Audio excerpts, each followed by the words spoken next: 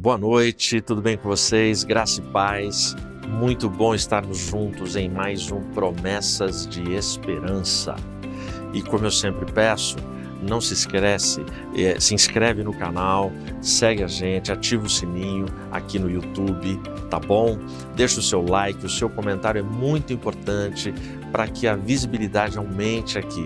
E também compartilha o link agora, nesse momento, para que mais pessoas possam usufruir e receber também o impacto desta live, deste conteúdo que aqui é produzido com tanto carinho para vocês, tá bom? Hoje nós vamos refletir sobre o seguinte tema: a dor não pede licença. Fica aí agora com a nossa vinheta e na sequência a gente reflete junto.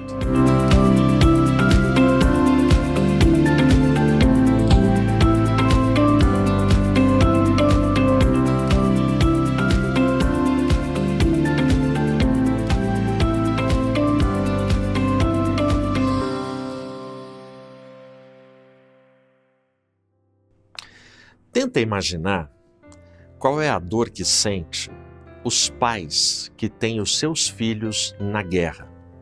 Eu sei que não é a realidade do nosso Brasil. Eu sei que o Brasil não é um país onde guerras são comuns. Mas se você falar com os velhinhos da sua família, eles passaram por períodos de guerra que nós desconhecemos. E certamente eles ou foram o alvo da dor ou o motivo da dor, de saber de filhos que estavam na guerra, porque não é fácil.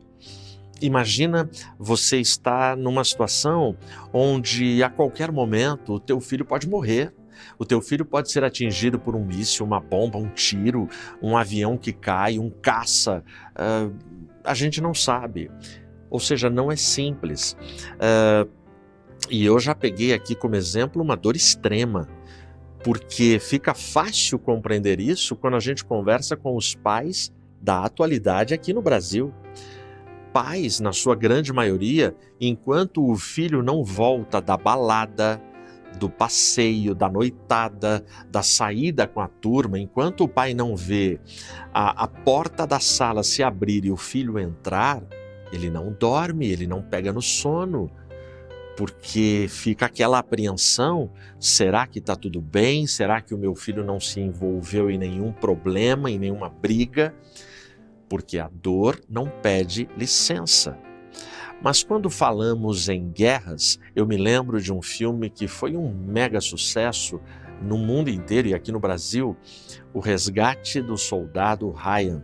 Esse filme ele conta a história de 4 irmãos. Esses 4 irmãos estão na guerra, só que 3 deles morrem num dos combates nessa guerra.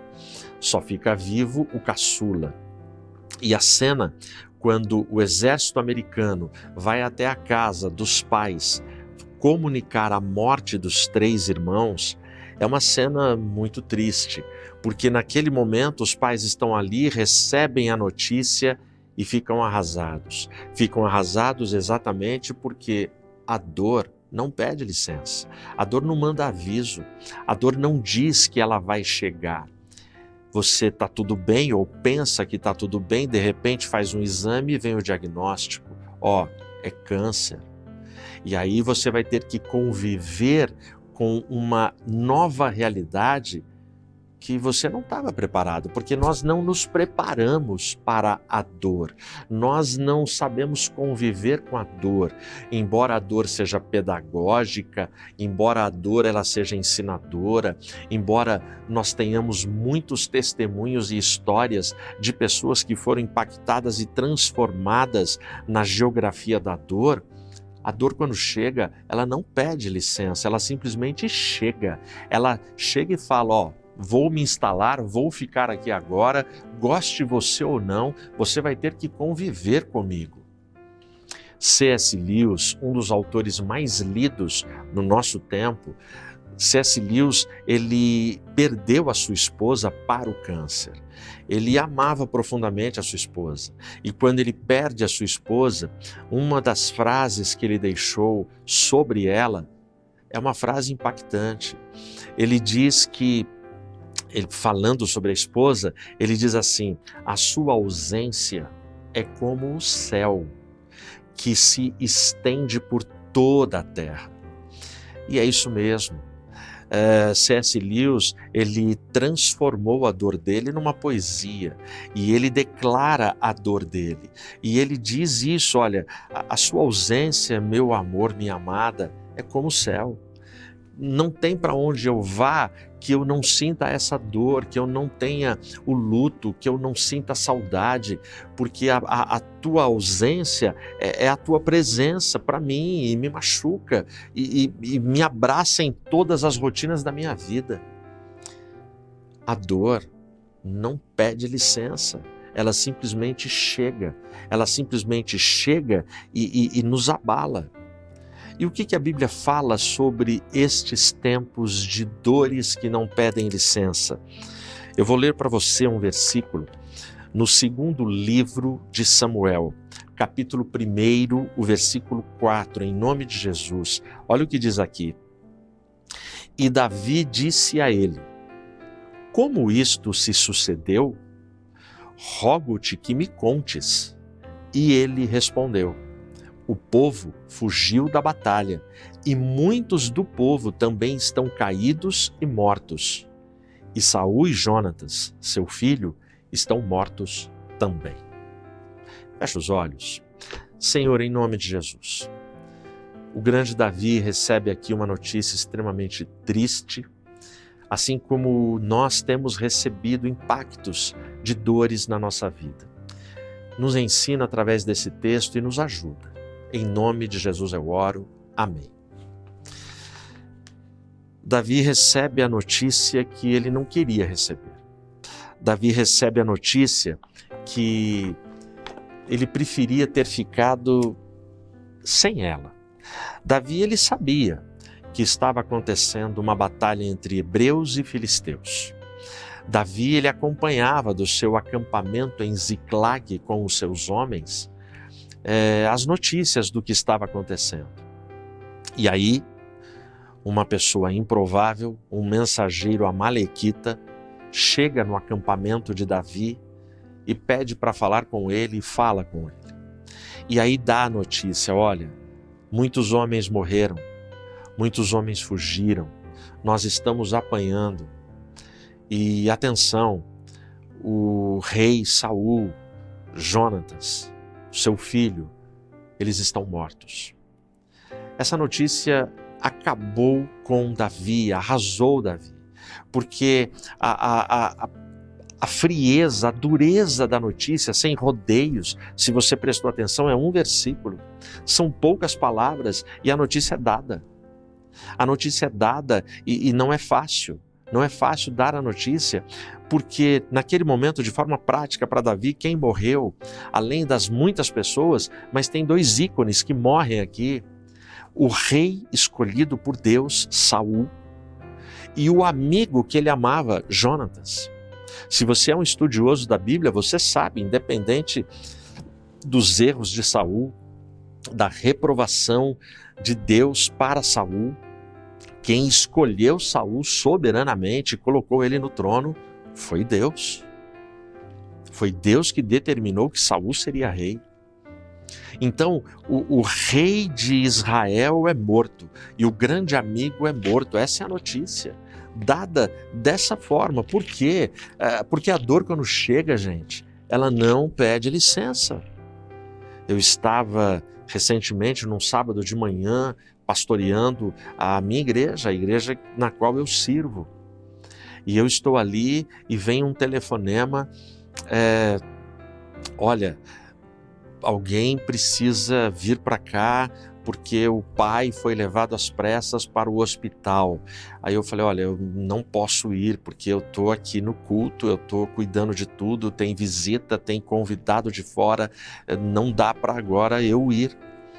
O tempo passa um pouquinho mais e vem uma nova mensagem: você tem que vir, porque a mãe está aqui inconsolável, não está aceitando nada, eu não estou conseguindo. Eu fui até o copastor e disse a ele: olha, eu preciso sair agora, eu não posso ficar, cuida de tudo. Saí e fui embora. Quando eu estou chegando Antes de eu chegar na casa da minha irmã, toca o telefone, eu atendi, era o meu cunhado, que foi levar o meu pai para o hospital, e ele me dá a notícia, ele fala, cara, teu pai faleceu. Foi assim, 3 palavras. Porque a dor, ela não pede licença, a dor chega. Aí quando eu chego na casa da minha irmã, da rua eu ouvia os gritos de lamento da minha mãe. O meu marido, levaram o meu marido, ele não está bem. A minha irmã chega e fala, Ed, fala para ela, eu ainda não falei para ela, ela não sabe que o pai faleceu. Então a missão de olhar para minha mãe e dar a notícia, ela veio para mim. A dor não pede licença. Eu abracei a minha mãe e deixei ela falando, e aquilo foi por uns 30, 40 minutos, a minha mãe falando, a minha mãe chorando, a minha mãe desabafando, a minha mãe gritando. E foi interessante que ali eu aprendi, ou foi reforçada uma lição que eu tenho tido no ministério. E a lição é, nunca fale o que Deus já não tenha falado. A minha mãe tinha convicção, o Espírito Santo já tinha comunicado para ela. O tempo todo ela falava, o marido está morto, o marido morreu. Para mim ele saiu daqui já morrendo, o marido está morto, filho, temos que orar. Então ela repetiu muito para isso, essa verdade. E isso facilitou também, entre aspas, facilitou a minha missão. Até que eu puxei um banco, saí do lado dela, sentei de frente com ela, eu num banco, ela no sofá, e eu disse, mãe, o pai faleceu. E ela chorou mais ainda, mas ela já estava consolada pelo Espírito Santo, não por mim. Porque é só o Espírito Santo que nos consola numa hora dessa. Porque a dor não pede licença, a dor chega e você vai ter que lidar com ela, tratar com ela, administrar essa dor. Eu não tenho forças, eu também não tenho. Eu não tenho condições, pastor. Eu não saberia lidar com essa situação. Ninguém sabe. Ninguém é preparado para isso. Isso não se ensina nas faculdades, nas escolas. É somente na escola da vida. E na escola da vida você vai precisar confiar no Deus provedor, soberano, que lhe dará palavras, gestos, ações, decisões com a direção dele. Porque a dor não pede licença. E exatamente porque a dor não pede licença, quando ela chega, o primeiro impacto é arrancar de nós gemidos, lágrimas, mas em algum momento nós vamos ter que enfrentar essa dor, como Davi teve de enfrentar. E aí a gente vai aprender aqui no capítulo 1, como é que Davi enfrentou. A primeira coisa que a gente aprende com Davi é que a gente enfrenta a dor que não pede licença chorando. Olha o que diz os versículos 11 e 12 do capítulo 1 de 2 Samuel. Então Davi tomou as suas vestes e as rasgou, e do mesmo modo todos os homens que estavam com ele. E eles se lamentaram e choraram e jejuaram até o anoitecer, por Saul e por Jonatas, seu filho, e pelo povo do Senhor, e pela casa de Israel, porque haviam caído à espada. Você entendeu o que aconteceu aqui? Davi, ele rasga as suas vestes, ele raspa a sua cabeça, e o texto fala que do mesmo modo todos os homens que estão com ele fazem a mesma coisa. Eles se lamentam, eles choram, eles jejuam durante todo o dia. Por Saul, por Jonatas, pelo povo do Senhor, pela casa de Israel, porque haviam caído à espada. Ou seja, é lamento, é choro. Quando a dor que não pede licença chega, esquece os protocolos, esquece as etiquetas, esquece posições sociais, esquece o seu status. Seja você mesmo.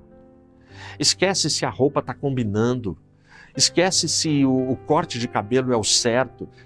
A dor não pede licença e ela chega e ela mostra quem nós somos, ela mostra quem você é, quem eu sou, porque nós vamos ter que tratar com ela. E se ela é uma dor intensa, como foi para Davi, como foi a morte do meu pai, choramos. Não tenha vergonha de chorar, não controle, não limite, não contenha o choro. Davi chorou. Os valentes de Davi, bravos guerreiros, brutos, fortes, estrategistas, conquistadores, choraram, jejuaram pela morte de pessoas que eles consideravam. Jesus chorou, Pedro chorou, os apóstolos choraram, a igreja primitiva chorou, a igreja tem chorado ao longo dos séculos por perseguições, injustiças, perdas, mortes, humilhações. Chore, porque a dor que não pede licença, ela chega. E aí a primeira reação de Davi nesse texto é lamento, é choro, que é produzido da alma, é lágrima, que são derramadas no altar do Senhor. A segunda lição que Davi ele deixa para a gente aqui nesse texto: enfrente a dor que não pede licença, louvando. Olha o que diz o versículo 17. E Davi lamentou com esta lamentação por Saul e por Jonatas, seu filho. A palavra lamento aqui é uma forma de louvor. Não se esqueça, Davi, poeta, compositor, músico. Não se esqueça. Então, Davi ele faz o que ele sabe fazer. Ele vai louvar. Vai louvar com a alma, com a intensidade da dor que ele está sentindo. E aí os versículos 22 e 23 é parte desse lamento, dessa poesia, desse louvor. Olha o que é dito aqui: do sangue dos mortos, da gordura dos poderosos, o arco de Jonatas não voltava atrás e a espada de Saul não retornava vazia. Saul e Jonatas eram queridos e agradáveis nas suas vidas, e nas suas mortes não foram separados. Eles eram mais ágeis do que as águias, eles eram mais fortes do que leões. Olha que coisa tremenda. Davi, ele compõe um louvor. Ou seja, louve. Não importa o que está acontecendo. Não importa o tamanho da dor, o tamanho da perda na sua vida. Não vai se aninhar e se esconder em cavernas. Não vai ficar preso dentro de um quarto, debaixo dos cobertores. Não vai se calar e impedir a aproximação de gente que te ama para conversar, para abraçar. Não se isole, não se exclua. Louve, venha para a Assembleia dos Santos, venha para o meio do povo de Deus, vá para a sua congregação, louve. Há poder no meio do louvor, porque Deus habita no meio dos louvores. Quantas batalhas o povo de Israel, o povo de Deus, na história bíblica e na história da igreja até hoje, no mundo, quantas batalhas foram vencidas quando dores que não pediram licença chegaram e entraram numa família, numa pessoa, numa nação. Quantas batalhas foram vencidas através do louvor, através da adoração, através de confiar nele, porque momentos como esse a gente não sabe o que fazer, a gente não tem a solução, a gente não tem o recurso, a gente não tem o remédio.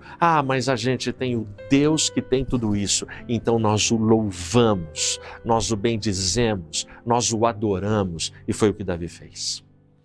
Terceira lição que a gente aprende aqui nesse texto: a gente resiste, a gente enfrenta dores que não pedem licença ensinando.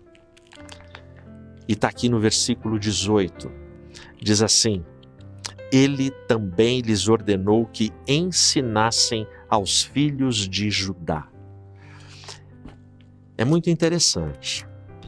Então Davi ele enfrenta chorando, louvando e ensinando. E para mim esse versículo, esse início do versículo 18, ele é muito singular. Ele ordenou que tudo isso, que esse louvor, que esse lamento fosse ensinado aos filhos de Judá. Por quê? Por que para mim é interessante? Me acompanha.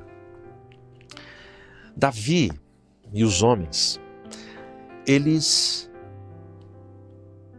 rasgaram as vestes, eles fizeram jejum, eles oraram, clamaram, choraram. Eles fizeram um louvor, um lamento, em homenagem, como eu li para você, nos versículos 22 e 23, em homenagem a Saul e Jonatas. Uma homenagem de Davi a Jonatas. Eu e você conseguimos compreender, o grande amigo. Mas uma homenagem de Davi a Saul é difícil de compreender, porque Saul é o rei que por várias vezes tentou matar Davi. Mas é interessante. Cada vez que Saul tentou matar Davi, foram tipos de dor que não pede licença que chegou. Foram dores pela agressão, pela tentativa real de assassinato. Davi sentiu essa dor. Davi sentiu essa ameaça. Davi sentiu na pele o risco que ele corria com o rei Saul. Mas Davi aqui, ele faz uma composição. E aí ele fala, ensine o povo, ensine as próximas gerações. Poxa vida, Davi ele dá uma lição prática. Ame os seus inimigos, confie em Deus, entregue as suas causas àquele que julga retamente, não faça justiça com as próprias mãos. Confie no Senhor de todo o teu coração e Ele, no fim, concederá aquilo que você tanto sonha. Entrega o teu caminho ao Senhor. Confia nele e ele tudo fará. São palavras dos Salmos, palavras poéticas, palavras que não são teóricas. Ele fez na prática, na vida dele, no ministério dele, na biografia dele. Portanto, quando dores que não pedem licença chegam, em frente, chorando, louvando e ensinando. O ensinando é toda dor. Dá para extrairmos lições. As lições que aprendermos, vamos passar e comunicar a outros, para que outros possam ser poupados de dores como a nossa e possam viver as suas dores de outras formas.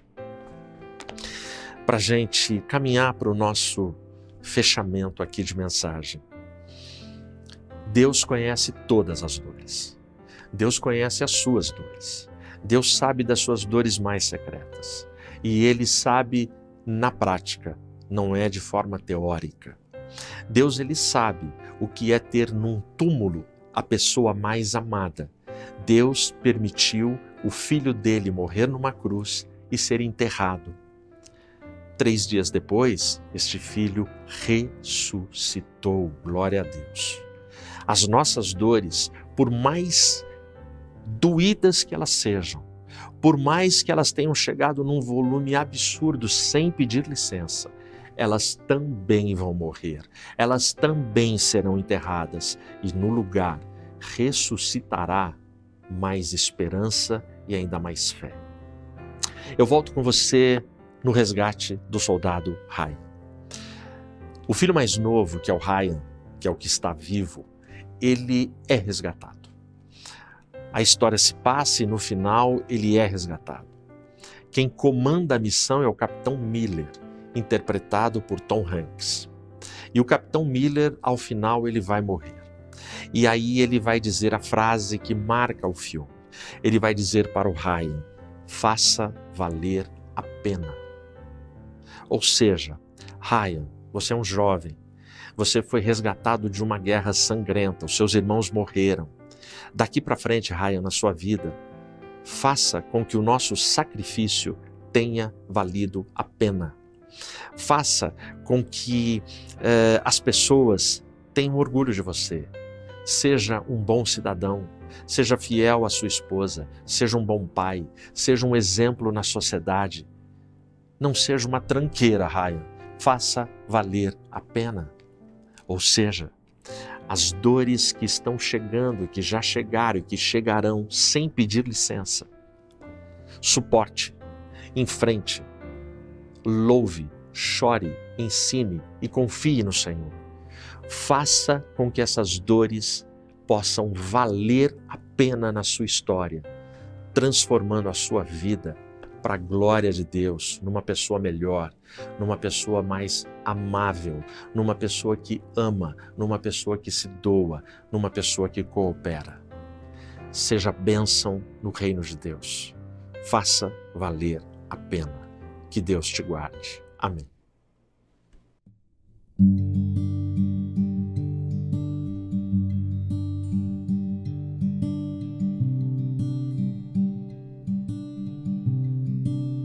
Eu quero estar neste lugar onde o pecado é perdoado e as culpas são levadas.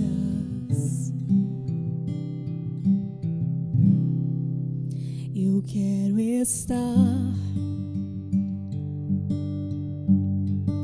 neste lugar onde o mundo não me atraia, paixões não me seduzam. Em tua presença, Senhor Jesus,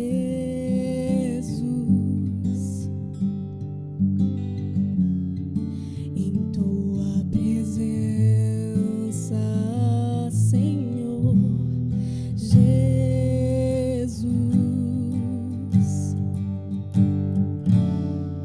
Santo Espírito, eu me rendo ao teu agir.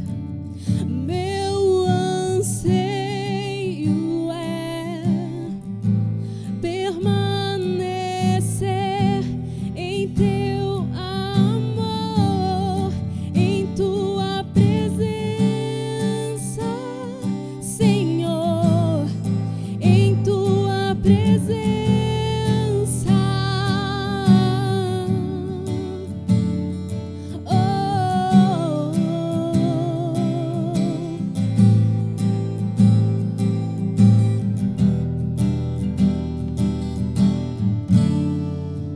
Eu quero estar neste lugar onde o mundo não me atraia, paixões não me seduzam.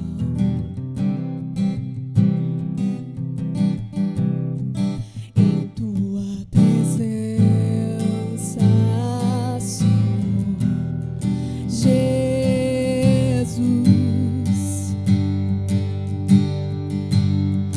em tua presença, Senhor Jesus.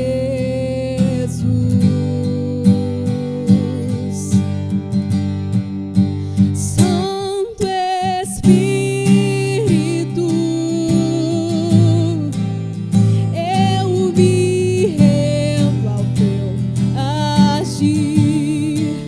O meu anseio é permanecer em teu amor, em tua presença,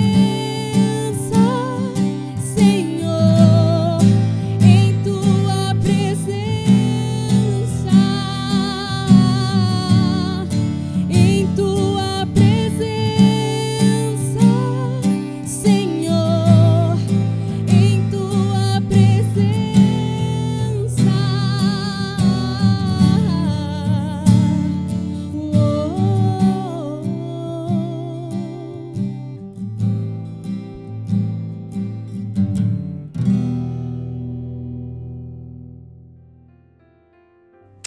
Aleluia, glória a Deus. Valeu muito a pena esse tempo juntos aqui no Promessas de Esperança.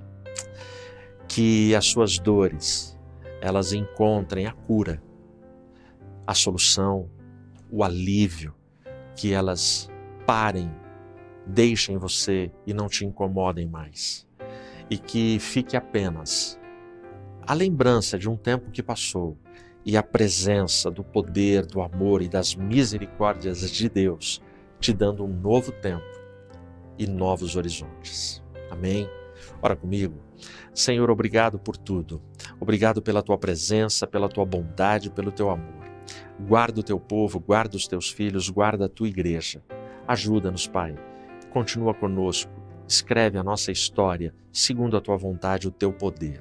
Em nome de Jesus eu oro. Amém. Amém. Deus te abençoe e até semana que vem. Paz.